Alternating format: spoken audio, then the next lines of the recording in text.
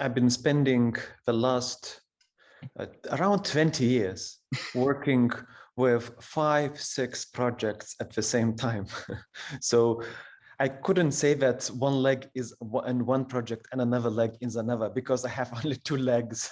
I'm trying to balance between not only projects that are art projects of mine, but also I have some scientific and engineering and also writing projects that I'm currently working on. But the majority of them have something to do with outer space and gravitational aesthetics, the label that I coined while conducting artistic research at the Royal College of Art in London.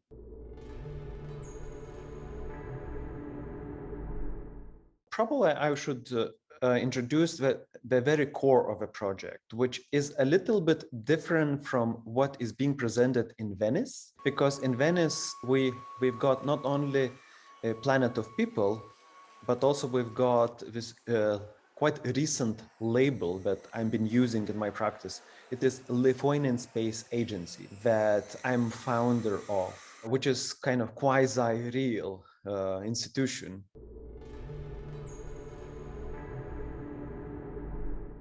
So coming back to the project Planet of People, it could be presented quite simply.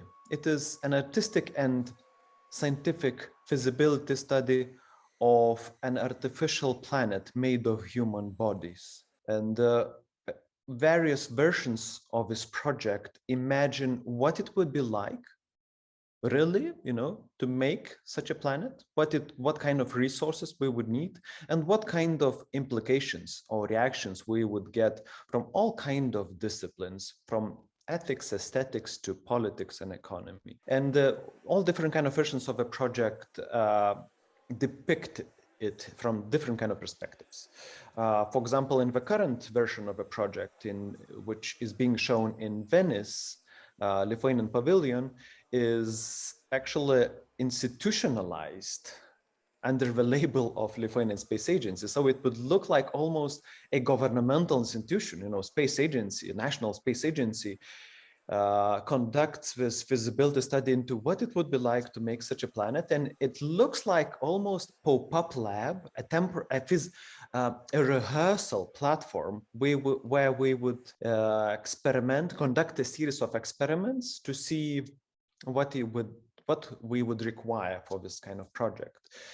So at the very core of this installation in Venice, we have a 3D scanner which scans the visitors, the bodies of the visitors, and the virtual 3D models of the visitors are being transposed into astrophysical circumstances, basically into virtual outer space. So all of a sudden, once you are scanned, you can see your body floating in virtual outer space, which is actually based on various astrophysical calculations. But the process is sped up. Otherwise, it would take months to see any difference. And once you see your frozen body in outer space, in virtual outer space, you can see that actually it's getting closer to other bodies, other scanned bodies, which actually would happen if it was real. If you were catapulted in specific locations in outer space, you would be frozen, you would float, you would get closer to other bodies. Why? Just because in certain locations in outer space, there is no gravity. It is weightless environment. And the only gravitational force you have is basically your body, because any object that has a mass has also gravitational force, even though it's very, very weak. But it would be enough to get these bodies connected. After a few, even just 3 months, those bodies would connect to each other and first would start to make some kind of blob. We called Lithuanian asteroid, if of course those bodies would be only Lithuanian citizens. But now it's open for everybody, so it's getting bigger, much bigger than an asteroid. So eventually, if you have a substantial amount of bodies, you would have a planet, true planet. But the very process of making it actually corresponds to the real astrophysical processes that make a planet. So this is something real, but it is not real at the same time, because in order to make a planet from human bodies, you would need trillions of years to send all the humans living on Earth with the same birth rate we have today, sending all of them for trillions of years. And maybe by then you would have a planet that could be called a planet, that basically would round itself because of its concentration of gravity. So it is real, I think it is not real. And that's where this project becomes a spark for all kind of discussions around topics of what is earthly imagination, and what is it like to imagine beyond something that is earthly, how to get out of this inclination or terrestrial bias to think and imagine terrestrially. So that's why it's kind of a bit controversial and quite radical, but it's on the one hand, it's my style to push imagination and thinking to the extreme. On the other hand, it is something that you need to do in order to forget everything that is earthly. Even the very definition, what is human being, and even what is life and what is death, you have to put aside and imagine human being maybe a stardust, or maybe some kind of a brick for extraterrestrial architecture. So this thought experiment provokes the audience to at least temporarily forget those earthly terms, definitions, earthly language, and to empathize with themselves in outer space. You know, you can become temporarily an alien, an extraterrestrial, and can imagine what it's like to be such a entity. You know, if you think about how do we imagine outer space, even in Lithuania, even smaller countries that have no space agencies, usually when they imagine outer space, they unconsciously refer to the visionaries, the imagination of bigger countries, large countries like US and Russia.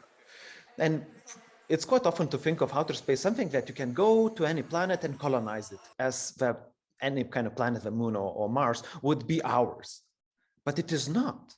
It's to go there and to take it for yourself. It reminds us of those very nasty stories that have something to do with colonialism and killing people and landscapes and nature and so on and so on. So this is replication of history in a way, what we have in many visionaries and in many space programs. So this project also is an attempt to remind us to become more critical when we start to imagine what is it like to be in outer space, or what can we do with outer space, or maybe we should not go there.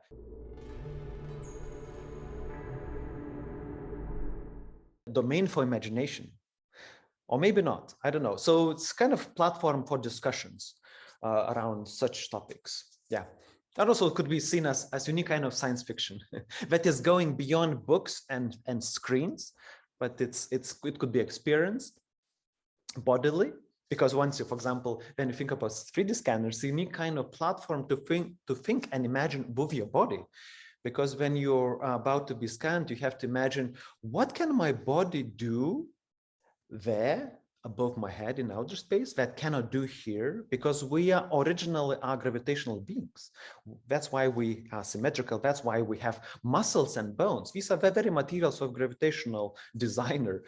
So what can we do out in outer space that we cannot do here while we are being scanned? You can imagine such things. So maybe just picking unique kind of posture that would monumentalize, fossilize yourself for eternity. So these kind of questions that are being raised when you are in scanner, you seriously think of what you can do here, what you can do there, and you can then all of a sudden you can see what your chosen posture, shape of your body, and so on, what it can do to the formation of a planet, because it starts to connect with other bodies and so on. For example, some guys like to show muscles and when we see themselves floating like this, all of a sudden we realize that they made hooks. They start to, collect lots of bodies around them. with these hooks. So we create unique kind of separate clusters of human bodies. Concerned, we come back to the scanner, can I reduce something else, and so on and so on. Whereas some of their girlfriends, they say, I don't want to touch anybody, they just do something like this. And it takes a while to connect such a body that is just like in embryo posture. So we bounce against other bodies and it takes a while to connect. So anyway, so this is kind of a play with yourself, being an alien, because there are even certain postures and connections with other people that you would never do in your real life.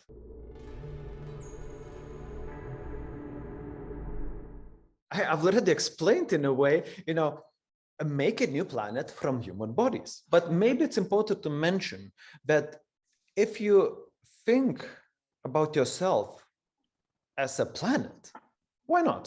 People, small people, children like to pretend themselves. They like to make believe of having any object in their hands, and they can think of this object as anything, as a steering wheel, as a house, or whatever. It's just to label something that is not with a new term. And well, all of a sudden you imagine, what can this object do? In this way, you can imagine you yourself being a planet, because even it might sound controversial, but actually it is not, because all of us are made from stardust. We are cosmic dust, but unique kind of dust, because we can talk, we can dance, we can make art, unique kind of stardust. But if you just put yourself in this position, okay, I am a planet, but if I have lots of planets around me, and I hug all of the other planets, I wouldn't say planets, maybe I would say bricks of a planet. And if you hug all the bricks, human bricks, all of a sudden you've got a planet.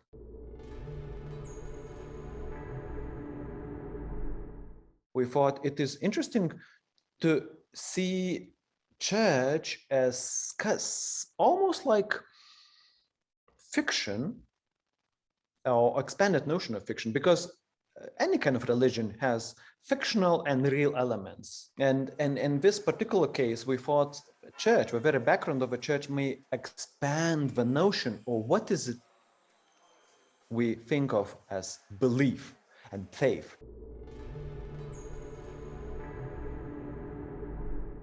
The term death is anthropocentric, it's human. We define what is living being and what is it not. But going beyond just my interpretation, if you look even into the very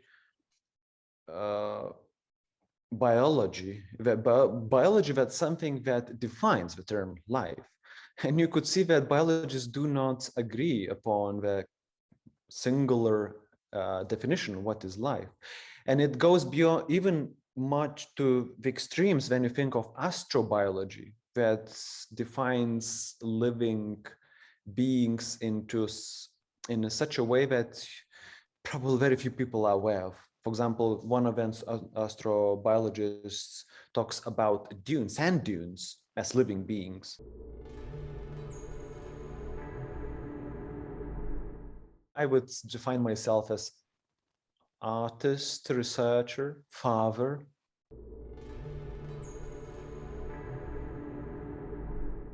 Colors are just not that important for me, but on the other hand, it's quite important because in order to organize them, to just to be happy with a palette that my artworks create or produce, I usually choose from several ones that are most popular in industry, because the majority of my projects are based on complex and complicated technologies taken from quite often heavy industry, and there are not so many colors in these fields, so you're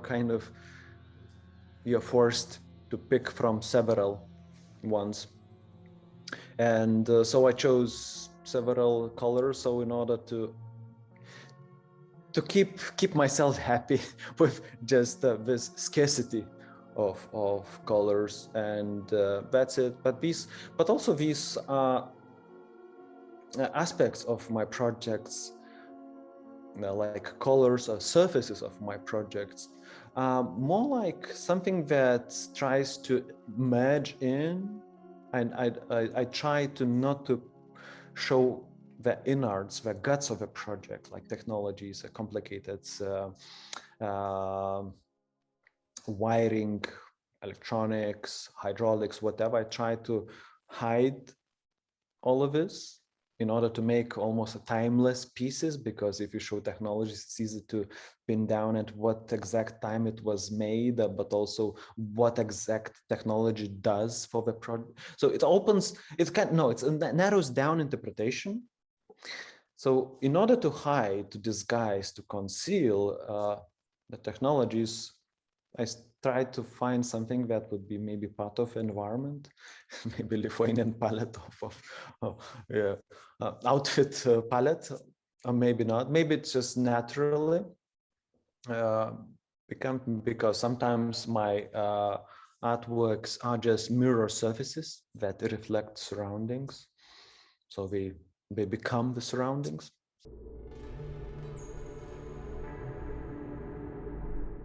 Well, first of all, it was quite professional misfortune, I would say, living in an amusement park, because I never like to ride the rides. I'm quite motion sickness prone. I easily get, disoriented, shout, sweat, vomit, but at the same time, I was very close to amusement parks. I spent my childhood in there. But this particular paradoxical situation made me wonder why so many people, millions of people, spend their day in an amusement park. And sometimes they queue up for hours just to have less a minute vomit. So this particular paradoxical situation made me to get into a very, very roots of amusement parks. What makes them so powerful? And it is something that became my core topic of artistic research. I started to look into how can I use this unique kind of aesthetic potential of moving bodies as unique kind of artistic genre. And this is why I came up with this term, gravitational aesthetics. And you could actually see all my works in a way as an attempt to turn amusement park or potential of amusement rides to turn into a unique kind of artistic genre.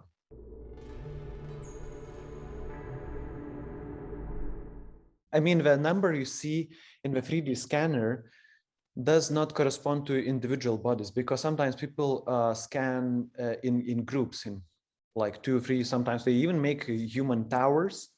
So it should be probably double or even more. It should be around 20,000 people, because we have around 700 people a day, just visitors. So you can imagine it's probably already 30 or 40,000 people that visited the pavilion. Yeah, it's quite successful in terms of the numbers.